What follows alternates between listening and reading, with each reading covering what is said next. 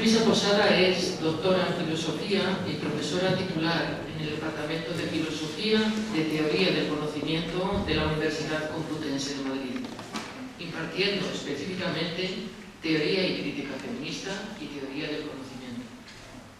Además de los numerosos artículos, cursos, seminarios y proyectos de investigación relacionados con el estudio de las teorías feministas, tiene escritos libros, entre los que yo voy a destacar. El primero, Sexo y Esencia, de 1998. Otro es Celio Amorós en el 2000 y Pensar en Celio Amorós en el 2010. Luisa tiene una especial conexión con Celio Amorós, pues han caminado y caminan juntas en muchas ocasiones, y en especial en el seminario Feminismo e Ilustración, que ha sido clave para los estudios en investigaciones feministas de las últimas décadas. Otro de los libros es Razón y Conocimiento de Kant, del 2008. Sobre Kant hizo Luisa la tesis. Y el último que quiero destacar es ¿Quién hay en el espejo?, del 2019, que es el último y que nos lleva a una lectura crítica sobre cómo se conceptualiza a la mujer en algunos discursos filosóficos contemporáneos. Analiza a 11 en concreto y en particular a Foucault, Preciado, Segato y Wagner. Quiero destacar de una manera muy especial que hay muchas más cosas en Luisa que su discurso académico, y es su compromiso con todas las movilizaciones políticas, sociales y, por supuesto, feministas que se han organizado en el Estado español. Para nosotras, la Asociación de Mujeres Hipatia es un orgullo contar con su participación hoy. Muchas gracias.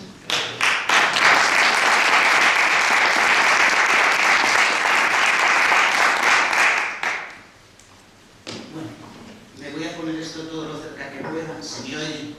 Sí. Pues si no, como tengo una voz potente, pues... Bueno, en primer lugar, los agradecimientos, por supuesto, de agradecidas ser bien nacidas, y yo quiero agradecer especialmente a la Asociación Hipatia la invitación a estar hoy aquí, a pesar de las adversidades, porque esto ya lo habíamos planificado antes, pero pandemias por medio ha sido imposible hasta hoy. Yo les agradezco que hayan persistido en su empeño. Agradecer, por supuesto, a todas las personas que se han sentido convocadas a este acto de hoy. Y, como no, agradecer a Carmen Rodrigo su amabilísima invitación, su amabilísima acogida, el cariño con el que yo sé que ha hecho esta presentación.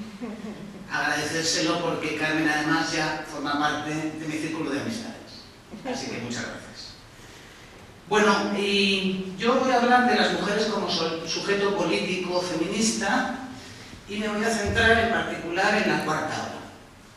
Pero para hacerlo voy a ir un poco más atrás. El hilo argumental que quiero seguir va a ser ir hacia atrás para ver cómo las mujeres fueron excluidas como sujeto político ya en la fundación de las democracias modernas, esto de manera muy breve, cómo a partir de ahí, y también de manera breve, el feminismo se consolida como empoderamiento frente a esa exclusión, cómo al empoderarse tiene claro su sujeto político, que van a ser las mujeres, y cómo y por qué hoy en día nos encontramos con que se cuestiona ese sujeto político en el debate en el que estamos.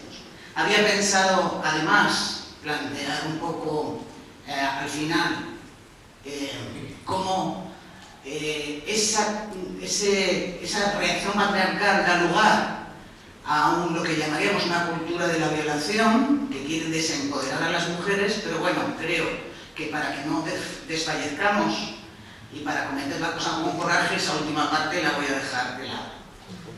De manera que me voy a ir al principio a plantear cómo las mujeres han sido excluidas en el paso a las sociedades modernas, de manera breve.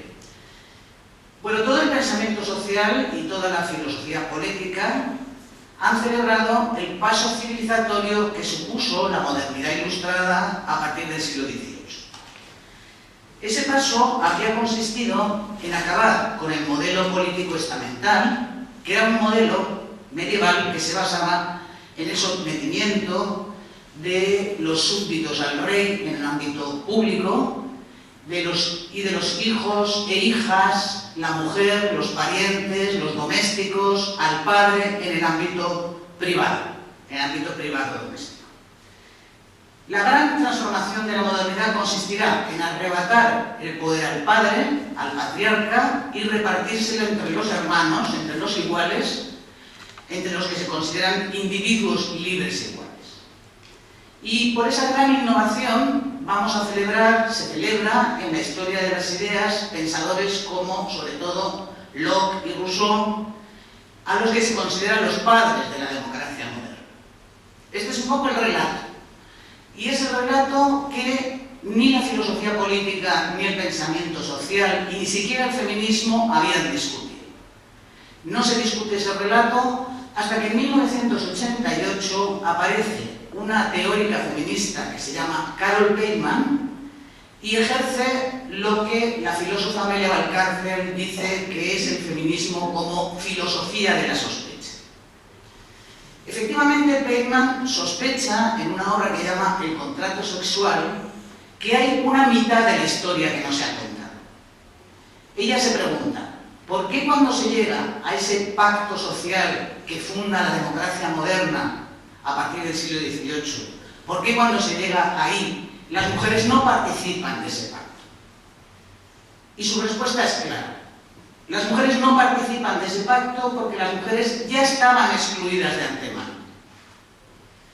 Esto significa, y esa es la tesis principal de Bateman, que previo al contrato social se habría establecido un contrato sexual, que es lo que da título a su obra, ¿no?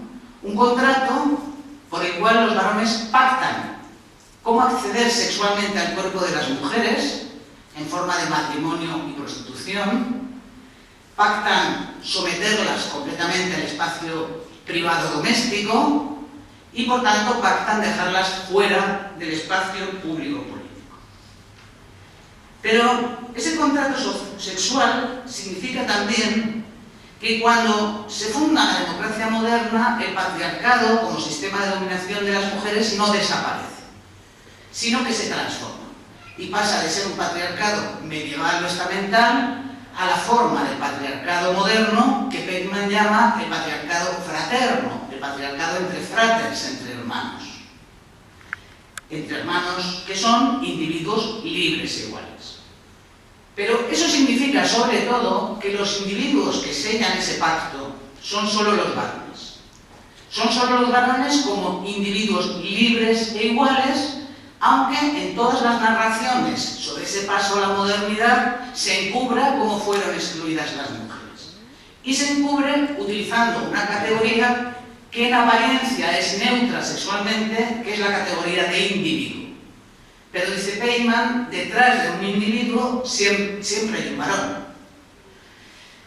Bueno, de este modo lo que me interesa señalar es que ya desde el pensamiento moderno, desde la Ilustración, desde la fundación de la democracia moderna, se deja fuera a las mujeres como sujetos libres e iguales a la hora de firmar ese pacto social que funda la democracia moderna. Y en lugar de ser sujetos de ese pacto, van a ser sujetas del contrato sexual. Bateman lo dice de muchas maneras en su obra. En El contrato sexual está aquí citado de 1988 y, por ejemplo, entre otros pasajes, escribe: el contrato originario es un pacto sexual social, pero la historia de ese contrato sexual que ha sometido a las mujeres ha sido reprimida. La desaparecida mitad de la historia señala cómo se establece una forma específicamente moderna de patriarcado. La nueva sociedad civil, creada a través de un contrato originario, es un orden social patriarcal. Bueno, en ese orden social patriarcal, que es en el que vivimos, porque somos herederas y herederos de la modernidad, la consigna de igualdad se ve impugnada en sus pretensiones de ser universal, porque, como ya lo vieron las mujeres ilustradas en el siglo XVIII, esa consigna dejaba fuera a todo el colectivo femenino. Entonces, la pregunta que nos podemos hacer es ¿cómo incluir a las mujeres en esa consigna de igualdad, que es la reclamación con la que nace el feminismo? Bueno, el feminismo ya desde sus orígenes, como digo en el 18, ha tenido que impugnar los fundamentos mismos de la democracia como una democracia excluyente de las mujeres. Y ha tenido que radicalizar que el sujeto político también las incluyera, también incluyera a las mujeres. Y de ese modo podemos decir que el feminismo se ha convertido en un proyecto de emancipación de las mujeres, de todas las mujeres, más allá de sus diferencias culturales, locales, raciales, de clase, de preferencia sexual, etc. La pregunta que nos podemos hacer es: ¿quién es el sujeto político de ese proyecto de emancipación? O, formulando esa pregunta mejor para los intereses que tenemos aquí, sería: ¿podemos hablar de un sujeto mujeres fuerte y empoderado a pesar de las diferencias entre ellas? Porque, como lo ha dicho una activista y filósofa italiana que se llama Lidia Cirillo, ella dice: hoy las mujeres, algunas mujeres, muchas mujeres, han comenzado a pensar en sí mismas como sujeto político de liberación porque han reconocido que su principal característica común es la opresión. Pero claro, para reconocernos como sujeto político de liberación, las mujeres hemos tenido que empoderarnos. Y yo no me refiero al empoderamiento de una mujer individual, una mujer particular, sino que me refiero al empoderamiento colectivo, aunque una cosa no puede ir sin la otra, porque, como ya lo señala bien la filósofa Celia Amorós, el empoderamiento de una mujer individual siempre pasa y depende del empoderamiento de las mujeres como conjunto, como colectivo, como genérico. La noción de empoderamiento se pone en primera plana en los años 60 en Estados Unidos con lo que fueron las luchas por sus derechos civiles de la población afroamericana. Y ahí es donde encontramos las primeras prácticas que podemos llamar de empoderamiento. En relación con el feminismo, con el movimiento feminista, el empoderamiento empieza a utilizarse en los años 80 y se empieza a utilizar por una red feminista de la India, una red feminista en Lahore, que se llamó Red Al-Budar, que quiere decir alternativas de desarrollo con mujeres para una nueva era. Bueno, esta red, que estaba formada por activistas y por intelectuales y se organizó en 1984, se centró en analizar la situación de las mujeres indias pobres y en plantear la manera de transformar las estructuras políticas y las estructuras económicas que colaboraban a la desigualdad y a la pobreza femeninas. Y para hacerlo promovieron la organización de asociaciones de mujeres que pudieran darse fuerza o que pudieran empoderarse entre sí. Bueno, esta red, Al-Budar, consiguió que en 1985, en la tercera conferencia mundial de Nairobi, se contemplase el empoderamiento como una estrategia para ir hacia la igualdad de género. Y 10 años más tarde, en 1995, en la Conferencia Internacional de la Mujer en Pekín, se adoptaron dos estrategias fundamentales en este sentido para caminar hacia la igualdad de género. Por una parte, se habló del mainstreaming de género, que seguro que conocemos y nos suena, y se definió como la incorporación de la perspectiva de igualdad en la organización, la mejora, el desarrollo y la evaluación de los procesos políticos, de modo que una perspectiva de igualdad de género se incorpore en todas las políticas, a todos los niveles y en todas las etapas, por los actores normalmente involucrados en la adopción de medidas políticas. Es decir, es la idea del mainstreaming, es la idea de incorporar la perspectiva de género en todas las políticas de manera transversal. Pero además, en esta conferencia de la mujer en Pekín, se adoptó una segunda estrategia que es precisamente el empoderamiento. Una segunda estrategia para alcanzar la igualdad de género. Y el empoderamiento se definió como la plena participación de las mujeres en condiciones de igualdad en todas las esferas de la sociedad, incluyendo la participación en los procesos de toma de decisiones y el acceso al poder, que son fundamentales para el logro de la igualdad, el desarrollo y la paz. Es decir, que las mujeres tomaran parte en todas las decisiones, en los procesos de acceso al poder. Pero más allá de estas definiciones, de esta definición de empoderamiento que encontramos en la conferencia de Pekín, a mí me interesa decir que el empoderamiento se puede leer en un doble sentido. Por un lado, el empoderamiento es el proceso individual, es decir, es el proceso por el que una mujer particular y concreta toma conciencia de sus derechos y consolida de esa manera lo que es su poder, su autoestima y su autonomía. Pero el empoderamiento también se puede entender en un sentido colectivo. Y en ese sentido se trata de aunar las subjetividades femeninas en la lucha por sus intereses de género, para conseguir una transformación de las desigualdades en todos los frentes, político, social, económico, cultural, etc. Y este sentido colectivo de empoderamiento es lo que nombramos como feminismo. De manera que feminismo y empoderamiento van juntos, van de la mano, no pueden entenderse aisladamente y van de la mano en una tradición ya de más de 3 siglos, desde las empoderadas mujeres ilustradas del siglo XVIII hasta las últimas y empoderadísimas movilizaciones feministas. Bueno, y me pueden decir con razón, ¿y esta perra que le da con el empoderamiento? ¿Por qué está aquí hablando de esto del empoderamiento, ¿no? ¿Por qué hablar de esto? Bueno, porque el empoderamiento, en el caso del feminismo, y para lo que aquí nos interesa, lo es de un sujeto. El empoderamiento, en el caso del feminismo, es del sujeto mujeres.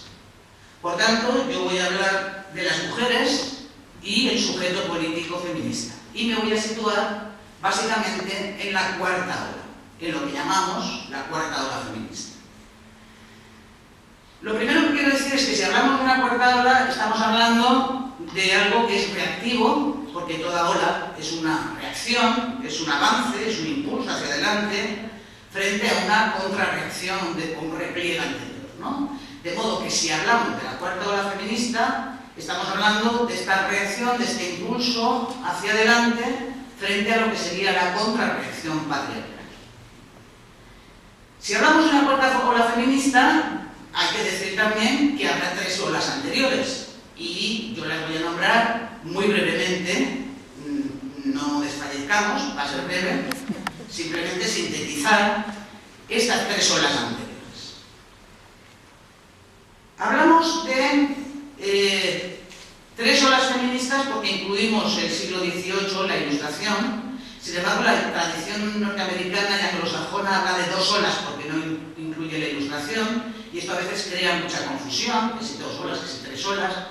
Bueno, yo la periodización que voy a seguir es la que utilizamos aquí y hablaría de una primera ola feminista, que es el feminismo ilustrado, que se dio ya a finales del siglo XVII y durante todo el siglo XVIII. Y en esa ola lo que se reclamó fue el acceso de las mujeres a la igualdad. Y se entendió sobre todo que el acceso de las mujeres a la igualdad pasaba por el acceso a la educación.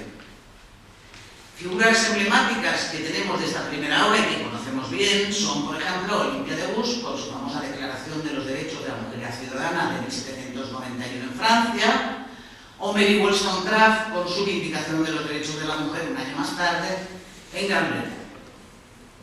La segunda ola se inicia en 1848 y se extiende durante casi 100 años, hasta 1948, hasta la Declaración Universal de los Derechos Humanos. Se trata del feminismo sufragista, es decir, de la lucha por la conquista del voto, pero en una agenda más amplia de reclamación de derechos educativos, políticos y civiles. Esta segunda ola tiene su arranque con lo que fue en 1848 la Declaración de Seneca Falls, que fue una declaración por los derechos políticos de las mujeres. Y en esa declaración, en la última decisión que se tomó, por cierto, con una mayoría, las otras fueron por una unanimidad, fue el derecho al voto femenino. Y por eso esta declaración de Seneca Falls se considera el acta fundacional del feminismo, del sufragismo. Y la tercera ola la situamos en los años 60 o 70 con el feminismo radical. Y se da cuando el feminismo comprende que aunque ha conseguido, ha conquistado el derecho al voto, que aunque ha accedido a algunas profesiones y también a los estudios, La exclusión de las mujeres sigue perviviendo en el ámbito privado y en el ámbito público. Esta tercera ola bebe teóricamente, fundamentalmente, de lo que fueron los fermentos teóricos de la famosísima obra de Simone de Beauvoir, El segundo sexo, que aparece en 1941. Y entre los años 60 y 70 tenemos las feministas de la tercera ola más reconocidas, como por ejemplo, entre ellas sobre todo Kate Millett, que yo la cito siempre porque Kate Millett en su obra Política sexual, que es de 1970, nos va a dotar de conceptos que hoy todavía estamos utilizando en el bagaje feminista de análisis, como es el concepto de patriarcado o el concepto de género. Bueno, pues la cuarta ola a la que se dice que estamos asistiendo sería la herencia de estas olas anteriores, y no podría entenderse sin ellas. Bueno, que esta cuarta ola se está dando es algo que se da por hecho ya incluso en los medios de comunicación. Yo, por ejemplo, buscando, he encontrado una nota del 3 de diciembre del 2018 en el diario Clarín, en la sección de género, donde se caracteriza esta cuarta ola. Y se nos dice: la cuarta ola es la que vivimos en la actualidad y donde el activismo presencial y online cobraron gran protagonismo. Plantea el fin de los privilegios de género establecidos históricamente hacia el hombre. Asimismo, repudia la violencia de género establecida en todos los ámbitos de la vida. Lo personal es político suele leerse de un tiempo a esta parte en las manifestaciones feministas. Y esta nota continúa diciendo: la sororidad, concepto que habla de solidaridad entre mujeres, es central. En cuestión de derechos, la lucha por el derecho a la interrupción legal del embarazo aparece aquí como otro punto clave. También aparece con mucha fuerza el discurso antiestereotipos. Nace el feminismo descolonial contra el predominio de la raza blanca como modelo de éxito social, el feminismo gordo contra la delgadez impuesta por el mundo de la moda, y hay una mayor unión con el movimiento LGTB, queer y de liberación sexual.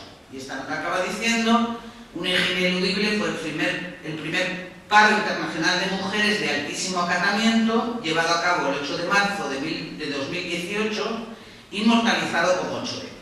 Bueno, como se ve aquí, es lo que quería señalar, el articulista da por hecho esta cuarta ola, pero hace un poco de batiburrillo, hace un poco de lío, porque, por ejemplo, el lema de la tercera ola del feminismo, el de que lo personal es político, que ya renunció Kate Millett hace 50 años, aparece aquí mencionado como si fuera un invento del feminismo más reciente.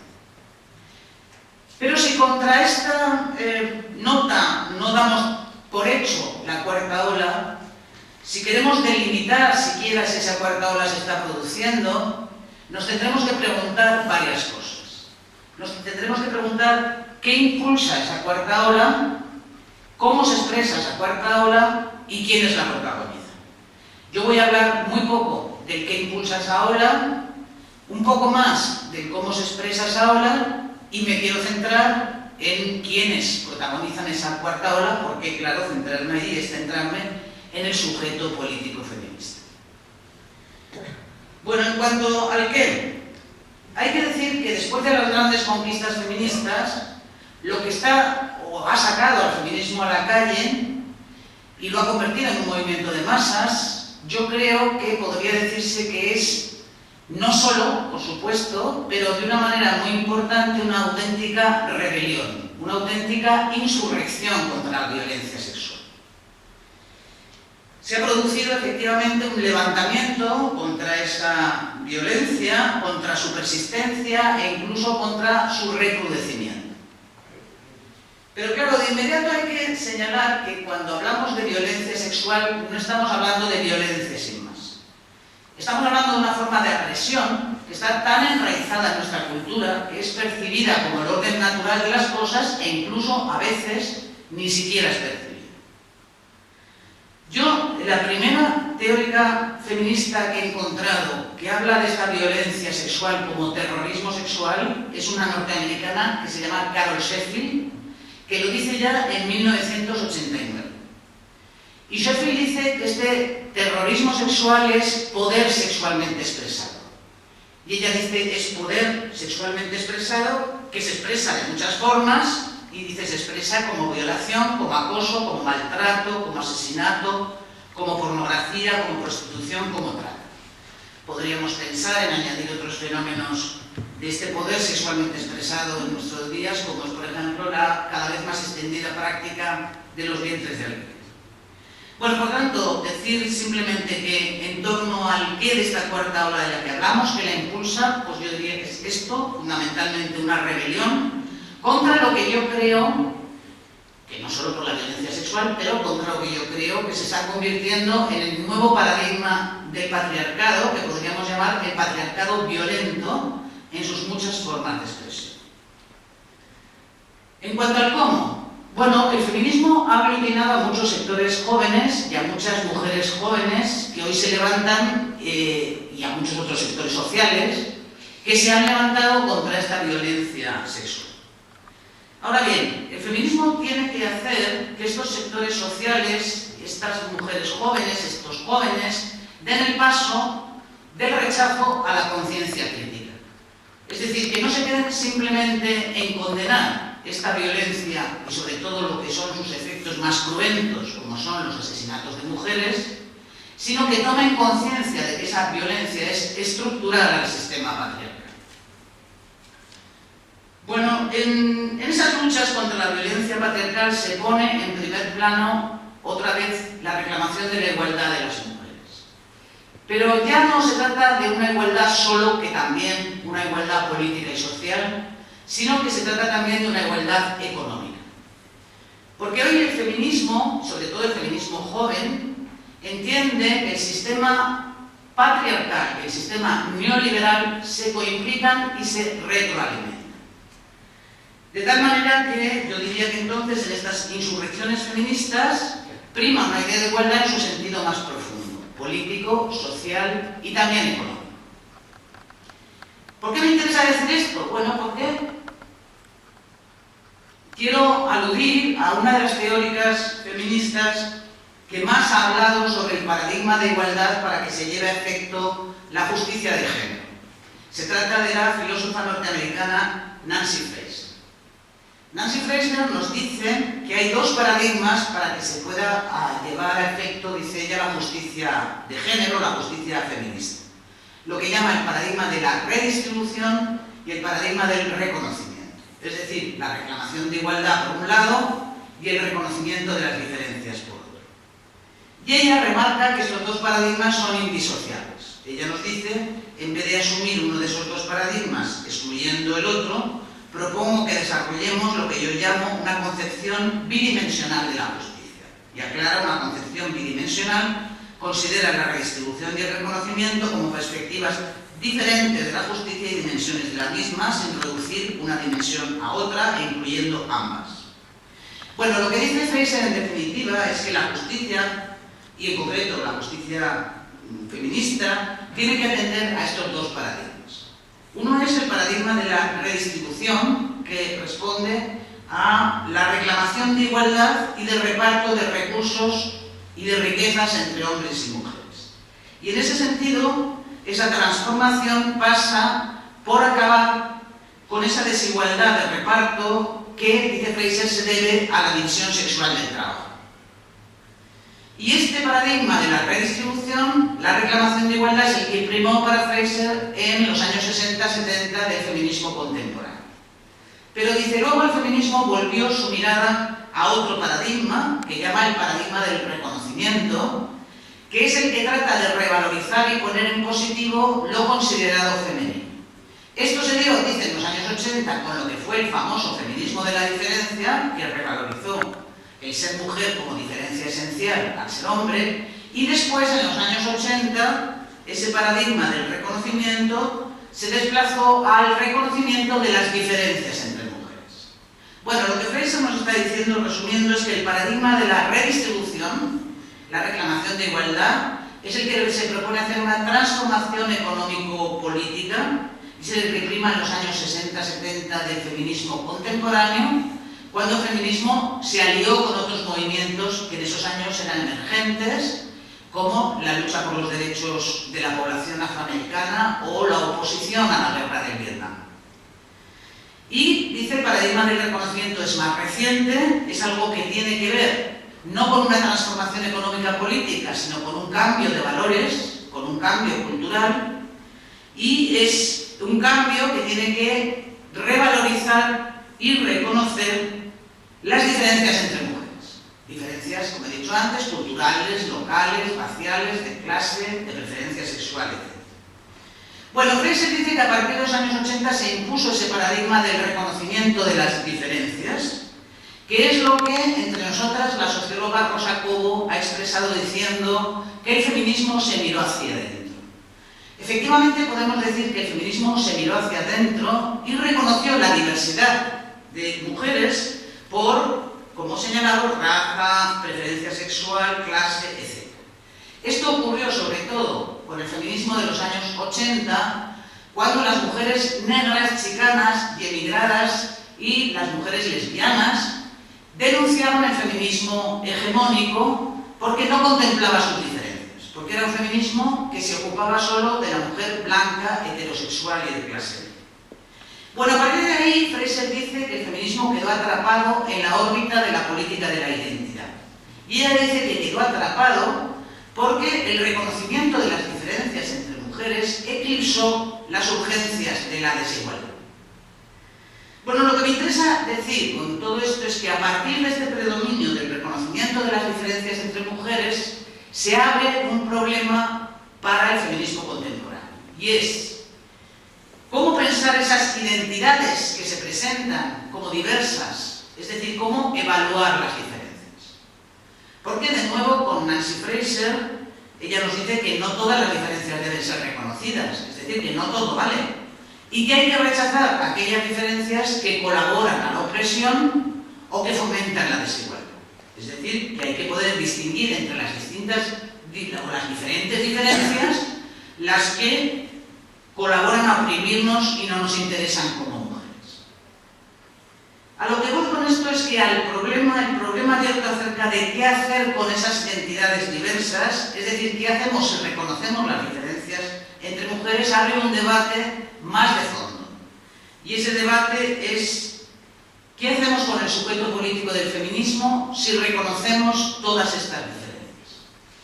Voy a hablar por eso ya directamente de las mujeres y el sujeto político feminista, es decir, del quién es de esta cuarta ola. Hay quien defiende que estaríamos ante una cuarta ola porque el sujeto del feminismo habría cambiado. Estas posiciones provienen fundamentalmente del llamado transfeminismo y de la teoría queer. Esas son posiciones posmodernas que se vinculan directamente con las tesis de una filósofa hoy internacionalmente conocida a partir de que en 1990 publicó su obra El género en disputa, que subtituló El feminismo y la subversión de la identidad. Y como veremos, el subtítulo es importante. Me estoy refiriendo a la filósofa Judith Butler. Judith Butler en esta obra, entre otras muchas cosas, va a plantear que toda identidad es normativa y excluyente, y por tanto toda identidad tiene que ser desestabilizada o deconstruida. ¿Por qué? Dice, porque toda identidad crea unas normas a las que hay que ajustarse para pertenecer a esa identidad, y por tanto es normativa, y deja fuera lo que no se ajusta a esas normas, y por tanto es excluyente. Y dice Butler, y esto se aplica también a la identidad mujeres. Ella concretamente escribe, en Nosotros Feminista, la identidad mujeres es siempre y exclusivamente una construcción fantasmática, que tiene sus objetivos, pero que rechaza la complejidad interna y la imprecisión del término, y se crea solo a través de la exclusión de alguna parte del grupo al que al mismo tiempo intenta representar.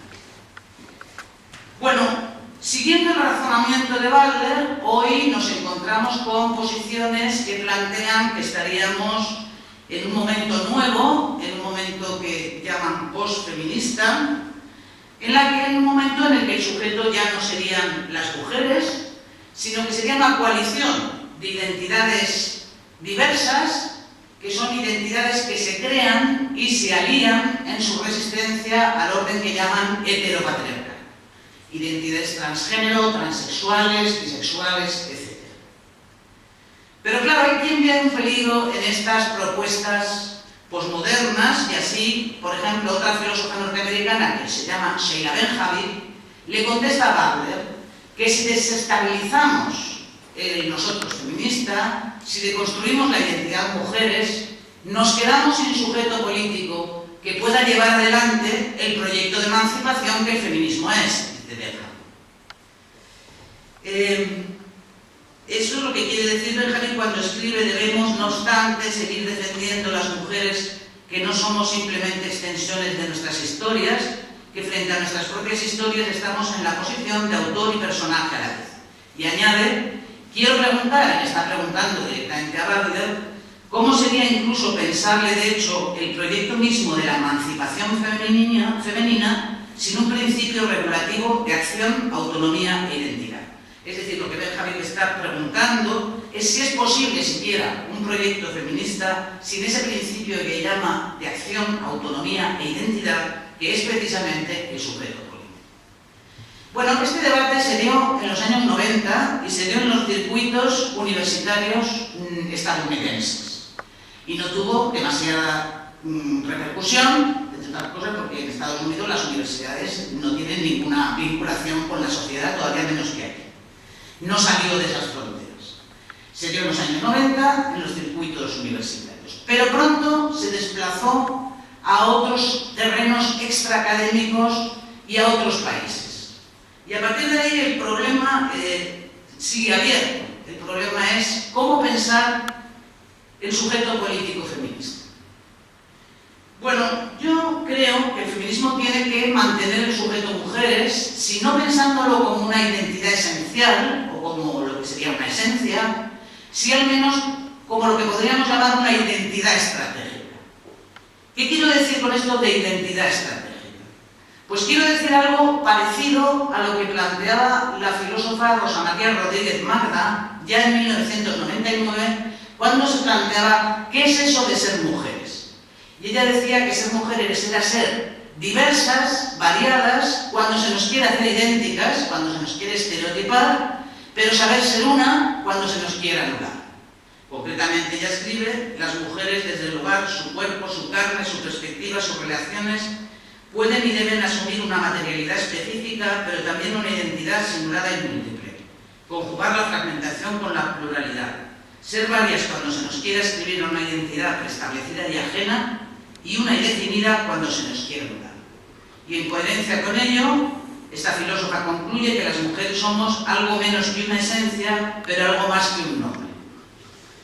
Bueno, desde esta idea de que las mujeres somos algo más que un nombre, podemos hablar de un sujeto político feminista que tiene que establecer alianzas con otras resistencias al orden patriarcal o al orden en su dimensión heteropatriarcal, es decir, con colectivos transgénero, bisexuales, transexuales, etc. Pero a mi juicio de lo que se trata es de establecer esas alianzas, pero no de prescindir del sujeto político mujeres y venir a disolverlo en esas colectividades, porque creo que de lo que se trata en todo caso es de sumar y no de suplantar. Lo que sí me parece urgente es que hoy, con las masivas movilizaciones feministas en la calle, con esta cuarta ola en puertas, repensemos y estabilicemos el sujeto político del feminismo. Porque no creo que se pueda usurpar ese sujeto mujeres precisamente ahora cuando la lucha feminista más necesita de un sujeto fuerte. Un sujeto que tiene que llevar adelante un proyecto tan fácil de enunciar y tan difícil de hacer como es erradicar el patriarcado. Y que tiene que hacerlo además a escala transnacional, a escala planetaria, reconociendo desde luego las diferencias, la diversidad entre mujeres, cultural, racial, de clase, como vengo diciendo, pero reconocer esas diferencias no significa que haya que renunciar a un sujeto propio, no significa que haya que decir que estamos en un momento de post-feminismo, o no significa, como algún teórico queer como Paul Preciado, decir que lo que tenemos que hablar ahora es de la post-mujer. Y yo creo que no estamos en condiciones de hablar de tanto post cuando no estamos en condiciones de hablar de un post-patriarcado. Bueno, querría hacer unas reflexiones finales, no sé si me estoy alargando mucho y no sé si yo diré lo que decía el filósofo Kant, cuando estaba leyendo un texto muy pesado a sus discípulos y les decía, estaban ya que no podían más, y les decía, coraje caballeros, vislumbro tierra. Pues yo digo lo mismo, coraje caballeros y damas, vislumbro tierra. Ya voy en la recta final. Bueno, querría hacer algunas reflexiones a partir de todo esto de por qué soy tan crítica con las propuestas del sujeto político del feminismo que se derivan de la llamada teoría queer. Pero antes de nada, ¿qué es eso de la teoría queer? Bueno, resumiendo mucho, la teoría queer se consolida en los años 90 en Estados Unidos a partir de los análisis fundamentalmente de la filósofa que he citado antes, Judith Butler, y de la mano de las reclamaciones LGTB de ese momento. Dicho de una manera un tanto chusca, lo que plantea es el cuestionamiento del sistema de género dominante, plantea entonces el cuestionamiento del sistema heterosexual y declara su resistencia a lo que denomina el heteropatriarcado, es decir, el sistema de dominación patriarcal, de dominación de las mujeres, que siempre sería un sistema heterosexual. A partir de ahí se nos hacen propuestas de un nuevo sujeto que algunos teóricos feministas como Javier Sáez o Paul Preciado han llamado multitudes queer. ¿Pero qué es eso de las multitudes queer? Y leemos que es más que la suma de gays y lesbianas, incluye a estos y a muchas otras figuras identitarias construidas en ese espacio marginal, transexuales, transgénero, bisexuales, etc., a la vez que se abre a la inclusión de todas aquellas que puedan proliferar en su seno. Bueno, ¿por qué soy realmente crítica y creo que hay que ser cautelosas con estas propuestas? Sobre todo si se plantean como un recambio al sujeto político del feminismo.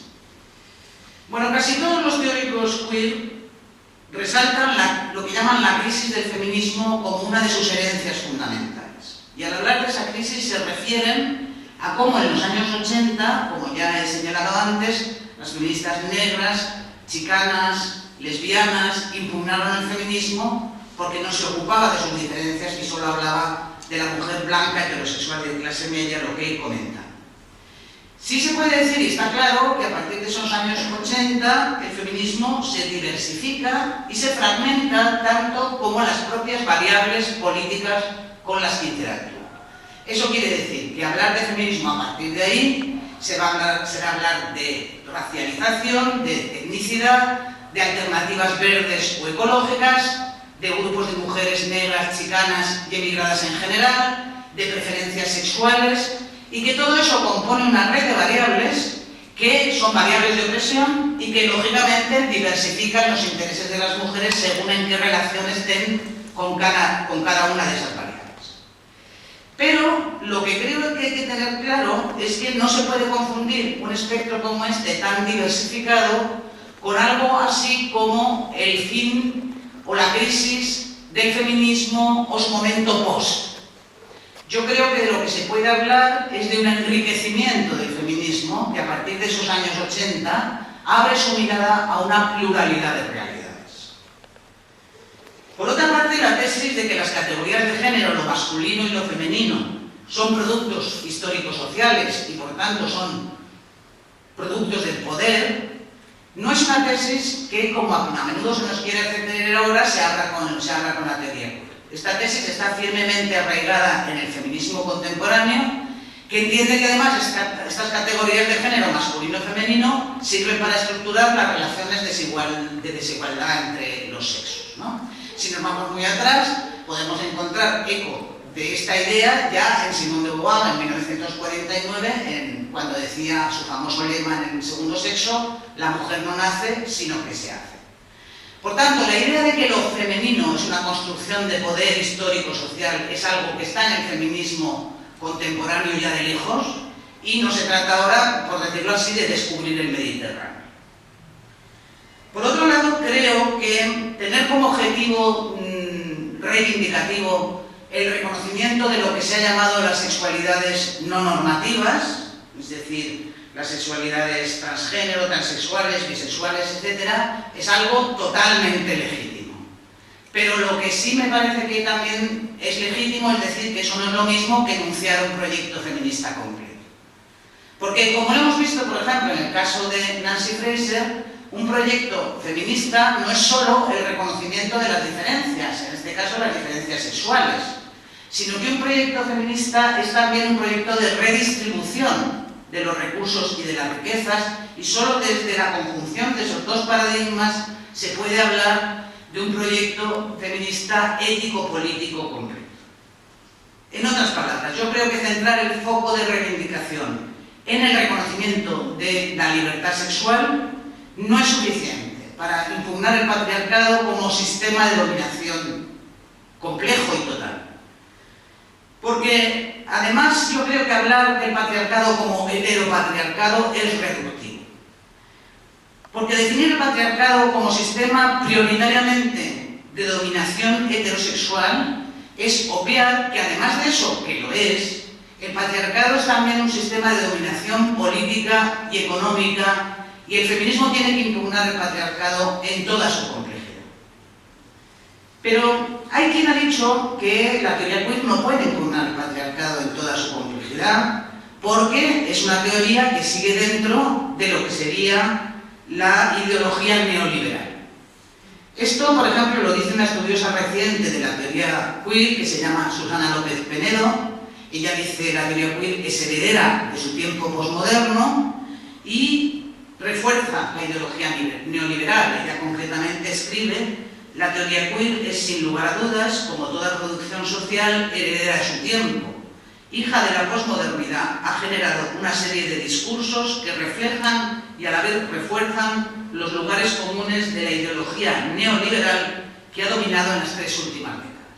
Bueno, esto es tanto como decir que la teoría queer refuerza la ideología neoliberal porque se queda en la reclamación de poder elegir libremente en el campo de la sexualidad, como si además se tratara de una elección individual y libremente decidida, y con eso participa de la idea de libertad como libertad individual que el neoliberalismo nos quiere vender. Bueno, finalmente, y ánimo ya la última consideración que recojo, nos lleva de nuevo a la idea del sujeto feminista, del sujeto político feminista, que es el meollo de esta intervención. Bueno, yo creo, sinceramente lo creo, que no podemos permitir que se siegue la hierba bajo nuestros pies y que se pretenda prescindir del sujeto mujeres o dejarlo un poco de lado justo ahora cuando el feminismo está volviendo a ser un movimiento emergente en esta cuarta ola. Como he dicho, las mujeres tienen que coaligarse con aquellas reclamaciones de las sexualidades llamadas no normativas con las que tenga objetivos comunes, porque también están embarcadas en su lucha contra el orden patriarcal en su dimensión heteropatriarcal. Pero que se dé esa coalición no hace del feminismo una posición que venga a poder disolverse en esas otras posiciones. ¿Por qué? Bueno, porque creo que en un mundo en proceso de globalización neoliberal galopante como en el que vivimos, la realidad material de las condiciones de vida de muchas mujeres, de muchísimas mujeres en nuestro planeta, exige todavía pensar un proyecto propio de emancipación sexual, social, política, cultural, económica y hasta personal. Y para ese proyecto a gran escala se necesita un sujeto fuerte, se necesita un sujeto empoderado, se necesita un sujeto mujeres que, a pesar de sus diferencias indudables que nadie niega, tenga objetivos políticos comunes. ¿Qué es lo que define a un sujeto político? Tener objetivos políticos comunes. Y las mujeres tenemos objetivos políticos comunes porque padecemos dominaciones comunes por el hecho de ser mujeres. Bueno, en definitiva, para acabar, concluir, resumir y poner un broche final, yo diría algo que ya he repetido en alguna ocasión, y es que creo que defender que se deconstruya, aunque solo sea teóricamente, defender que se deconstruya hoy el sujeto mujeres, que prescindamos de él como sujeto político del feminismo, no puede venirle bien a nadie, sino a los propios intereses del patriarcado. Muchas gracias. Sí, vamos, yo creo que efectivamente el patriarcado es perjudicial para hombres, mujeres, gatos, niños, perros, para todo el mundo. O sea que efectivamente vivimos en un marco patriarcal y eso no es bueno para nadie. Pero sí es cierto que, si te fijas, cuando se habla de el hombre fue a la luna, por una se habla del ser humano siempre se asimila al varón. Las mujeres somos todas idénticas, somos todas estereotipadas, somos toda una esencia donde no tenemos individualidad. Digamos que no hemos alcanzado la individualidad femenina en regla. Los varones sí han tenido opción a esa individualidad. Aparte de representar al ser humano, tienen una individuación, son considerados individuos. Las mujeres no han sido consideradas individuos en la historia. El feminismo ha conseguido que se estén empezando a considerar, en algunos lugares, en otros no, individuos. Porque si te fijas en algunas culturas, las mujeres son todavía menos que los animales. No son nada y son una masa amorfa, común, estereotipada, que responde a los mismos rasgos y que no tiene lo que llamamos en filosofía principio de individuación. De manera que yo estoy contigo, el patriarcado no beneficia a los varones, pero sí les ha dado un principio de individuación que no le ha dado a las mujeres. Creo. Yo creo que cuando surge el feminismo, este proceso de empoderamiento que he dicho frente a lo que sería la exclusión de las mujeres en la modernidad, pues nadie duda, desde la Ilustración del 18, las mujeres que tú conoces, son de Augusto, de Wollstonecraft y tal, que son el sujeto del feminismo. Esto no se ha cuestionado en ningún momento. Entonces, ahora, a partir de los años 90, en un plano, en un terreno teórico y luego resbalando a otros terrenos, nos encontramos con que sí se cuestiona que sea ese el sujeto político del feminismo. ¿Por qué se cuestiona? Bueno, se cuestiona fundamentalmente porque hay otros colectivos que quieren apropiarse de ese terreno y que quieren apropiarse de alguna manera del campo abonado de lo que es el terreno feminista con sus 3 siglos y pico de historia. Yo, más que hablar de por qué las mujeres tienen que ser el sujeto político del feminismo, que es que lo tengo muy claro, lo que trato de explicar es por qué no pueden dejar de serlo. Es decir, por qué no se les puede querer dejar de lado, arrumbar, no digo ya incluso borrar, pero ni siquiera en el discurso.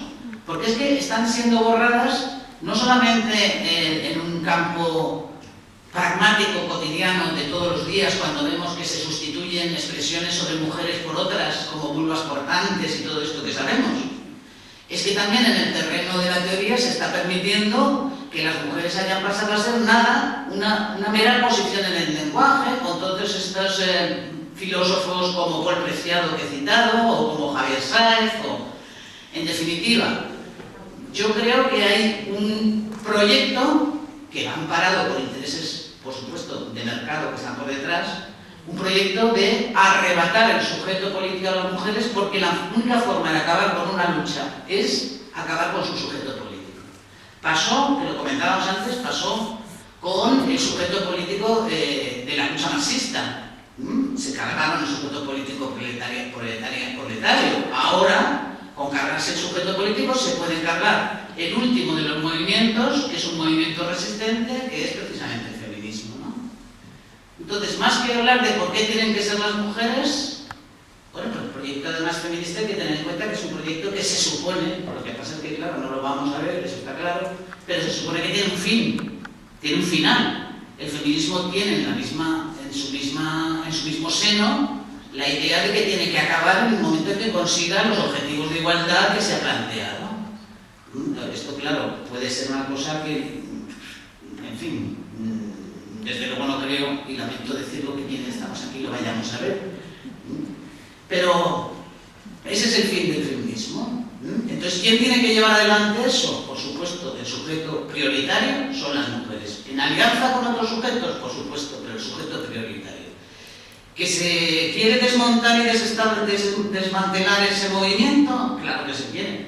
¿Por dónde se empieza? Línea de flotación. Por acabar con su sujeto político. Obviamente.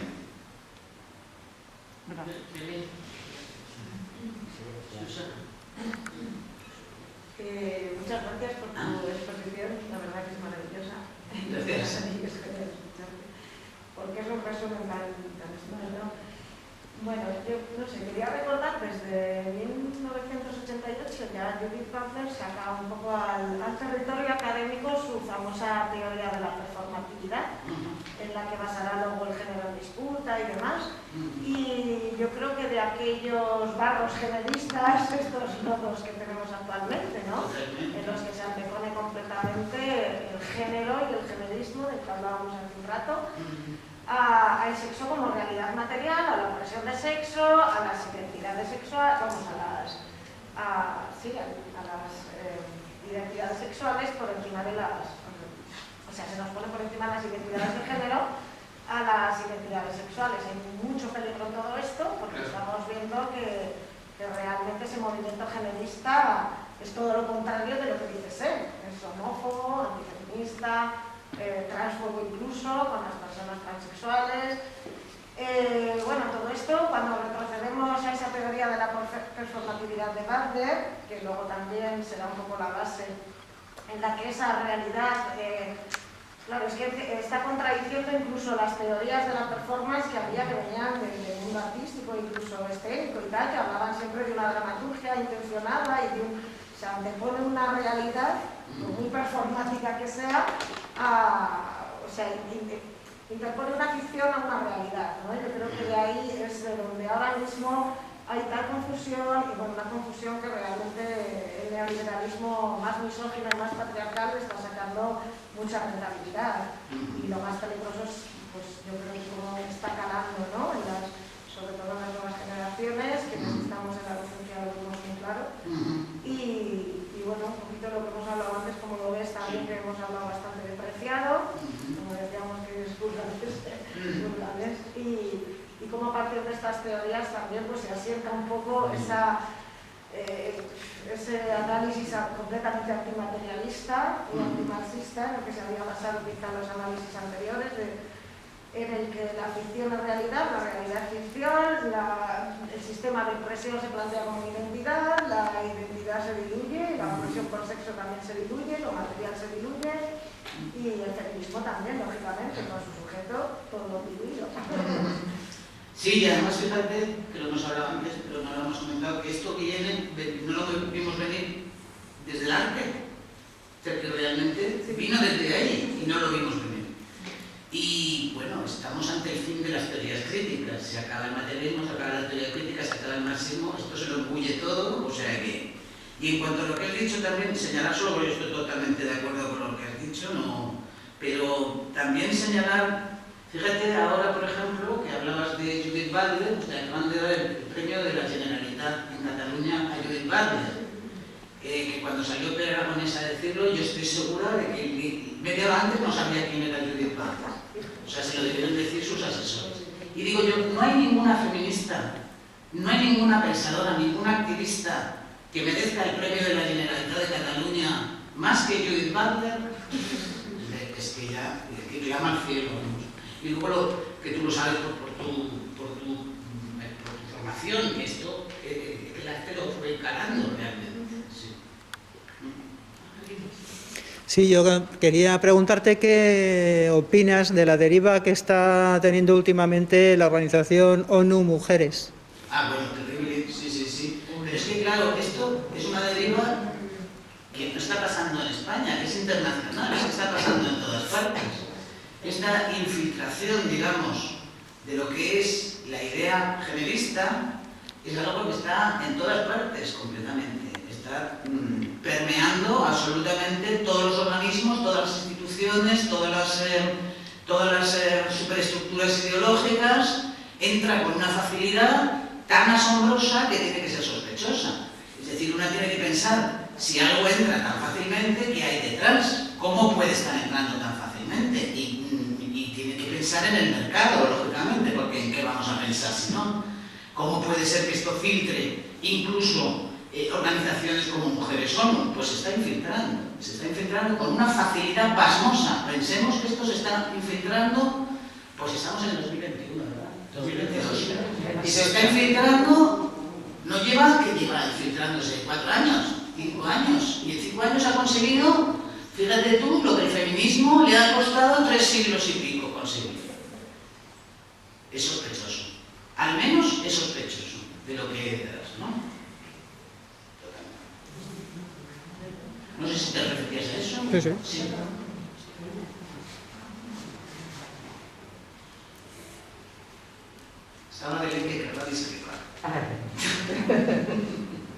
fíjate que con la cuarta ola, ¿no? Que muchas veces se define por la violencia sexual, ¿no?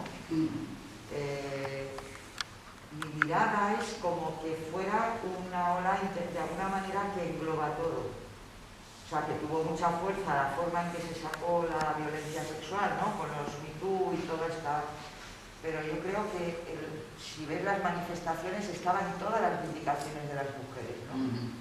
Lo de todas las reivindicaciones para todas, o sea, con la conciencia de que muchas en una parte del mundo hemos conseguido ciertos derechos, pero esa mirada que decías tú, ¿no? Planetaria, creo que está muy presente en el feminismo, y yo recuerdo hasta eso de o papeles para todas o todas sin papeles, ¿no? O sea, que había unos demás que eran fantásticos, esa conciencia de la diversidad de situaciones de las mujeres que tenemos que tener presente, y porque, sin embargo, cuando se define teóricamente se pone tanto énfasis en como si solo fuera la violencia sexual. Yo creo que la reivindicación de la igualdad salarial, bueno, y una pancarta que decía igualdad de orgasmos, por ejemplo, o sea, y ahí me parecía espectacular hasta dónde se podía llegar, y tenía toda la razón la chavala, ¿no? Sí, lo que pasa es que yo te diría, porque yo no he tratado de definir la cuarta ola porque tampoco tengo claro que se esté dando ni cómo, pero bueno. Tú lo planteas desde el punto de vista intrafeminista, lo que el feminismo estaba planteando y reivindicando. Yo lo que he querido es plantear el ojo social. Es decir, ¿qué es lo que la sociedad vio? ¿Qué es lo que removió a la sociedad para que muchos sectores que nunca habían hecho nada se lanzaran a la calle? Me refiero más bien a esa parte desde fuera, ¿no? Por supuesto, dentro del propio feminismo hay muchísimas más reivindicaciones y hay que ver lo que están ahí, por supuesto, pero ha sido como una compulsión para el ojo social, por decirlo así. Me ha encantado la charla. Luisa, me ha gustado mucho. Y te voy a pedir que me expliques un poco más de las teorías generistas, que me expliques un poco en qué consiste todo eso. ¿De las teorías feministas? Generistas. Ah, generistas, perdón. Te he entendido feministas, digo, madre mía, Lo que sea. cerramos aquí, no pasamos un padre.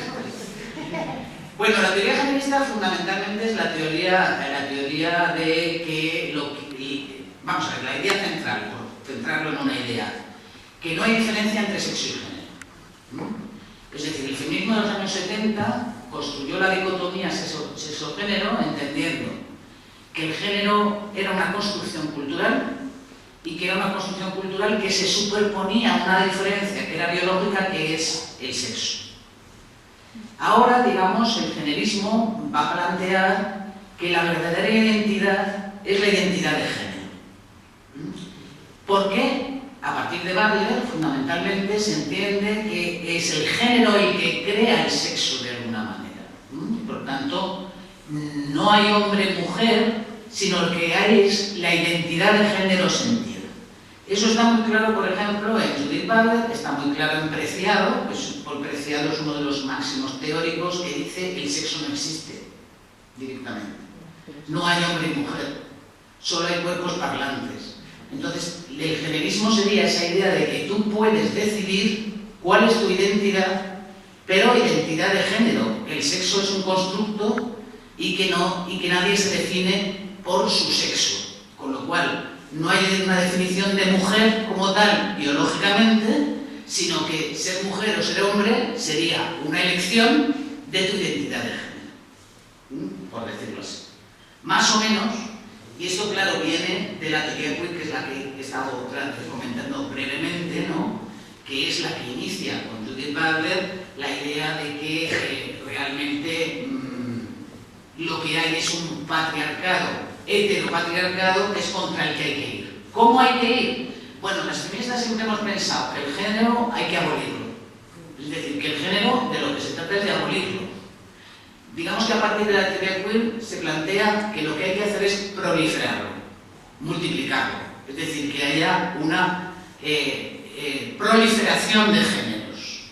Esa sería su opción, su estrategia, que no coincide con la estrategia feminista de no, es que lo que hay que hacer es ir a una sociedad no patriarcal, pero que sea una sociedad de individuos, no de géneros.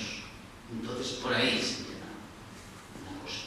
Pero es que parece, ¿verdad? Sí, parece... ¿Perdona? Que parece como absurdo. O sea, es muy difícil de entender en el mundo con los pies al suelo.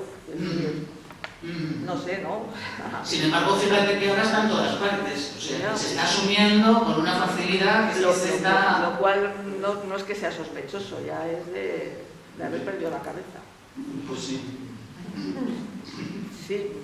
Claro, la cuestión es que el generismo, en peligro muy peligroso, la redundancia, en este momento de una socialización diferenciada de género tan bestia, tan sexualizada, tan masculinizada, tan separada y tan evidentemente pues eso, cosificadora de mujeres, niñas, etcétera, pues está basado en mandatos y estereotipos de género, puro y duro. O sea, no es una construcción que a ti te salga porque de repente te has levantado y has dicho me siento tal, es que has recibido una educación que te has en medio de un contexto completamente socializado en una hipersexualización, cosificación, socialización diferenciada, cada vez más.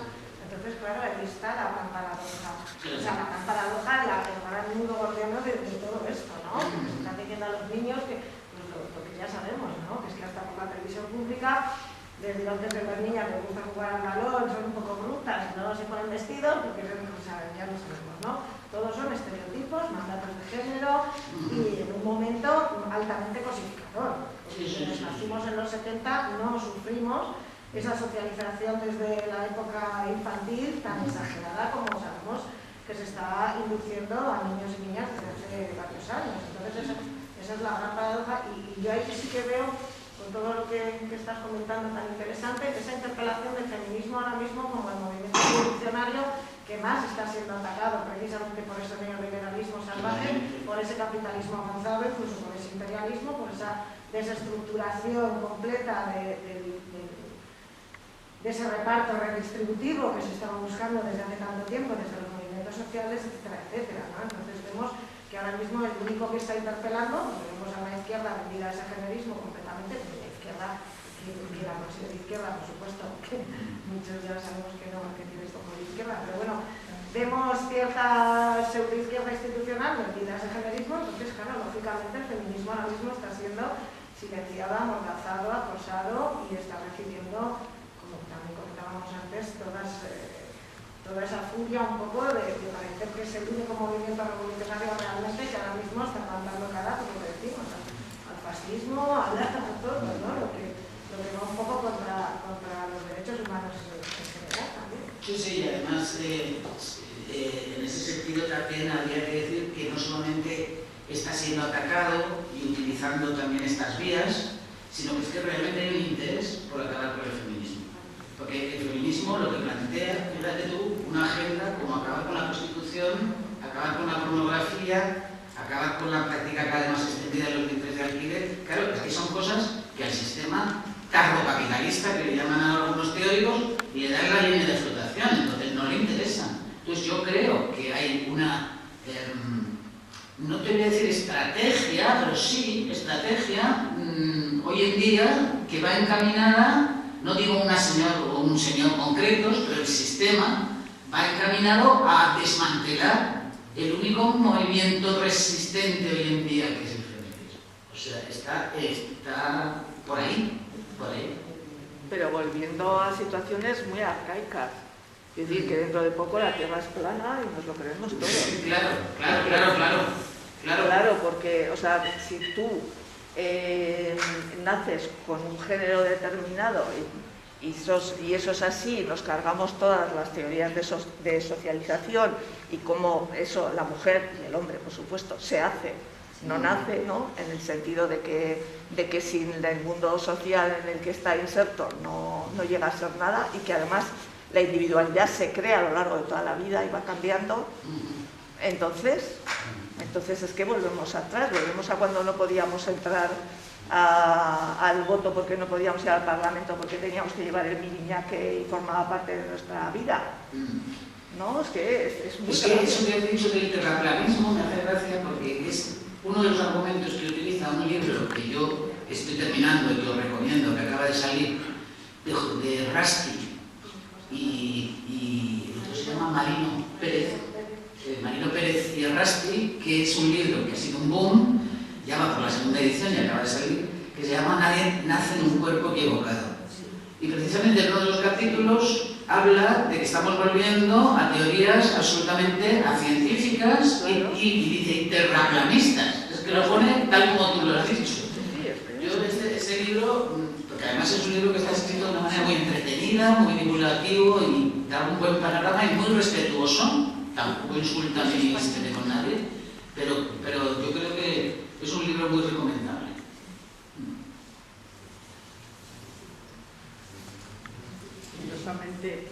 Escrito por hombres, es que me lo mandó la compañera el otro día. Por dos hombres. Aclarar un poco estas cuestiones que tienen que entrar al debate. El prólogo también lo alcanza, sí, efectivamente. Y ellos son dos profesores de psicología de la Universidad de Oviedo. Dicen cosas así tan claras como las que nos has expuesto, que el género siempre ha sido la construcción social, que cómo le vamos a dar la vuelta ahora, que eso sea el sexo y ahora el sexo, lo de fuera. Sí, sí. Una lógica aplastante, pero se está creando mucha confusión, ¿no? Sí, bueno, yo creo que de una manera interesada y moviendo muchísimos hilos y con todo a favor, medios de comunicación, el mercado, las farmacéuticas, tal, esto se está introyectando socialmente y la gente lo está, aunque como decías tú, parece un delirio, pues se está asimilando sin ningún problema. Se está vendiendo un producto. Sí, se está vendiendo, se está comprando muy bien. Voy a comentar, bueno, respecto a lo que estáis hablando, que en Suecia, por ejemplo, que fue pionera en permitir cambios de sexo a menores y tal, se han echado para atrás ahora. Han visto que no soluciona el problema, que tienen problemas psicológicos, que aunque se consulte el premio, sigue teniendo, o sea, no quiere decir que se pueda solucionar más. Y luego tenía aquí pues un estudio, bueno, aparece en la BBC, más de 16.000 personas, también el psicólogo Antonio Ortega, que demuestra que eso de la violencia de género sería bastante debatible. Se podría hablar de violencia dentro de las parejas, porque muestra que hay el doble de violencia entre las parejas de gays y el triple entre las lesbianas. Y bueno, aquí salió. ¿Y ese estudio cuál es? De la BBC. Pues es el psicólogo Antonio Ortega, su tesis doctoral. Y luego. Antonio Ortega, su tesis doctoral. Es un abogado especializado en lesbianas y gays, o sea, que no es alguien que sea misógino ni nada de eso. No, parece que le tiene dos intereses. Y luego, pues eso, la encuesta esta de 16.000 personas del Centro de Prevención y Control de Enfermedades de Estados Unidos, que también muestra pues eso, que hay unas cifras que en realidad se lo llama el drama del doble armario. O sea que, bueno, ahí lo dejo, sin más, con dato. Muy bien. Gracias. Si no hay más preguntas, solo recordaros que el 23 de ahora de este mes volveríamos a reunirnos en el Foro Solidario para seguir debatiendo ya en petit comité las que queramos a las 7 de la tarde. ¿Qué día? El 23.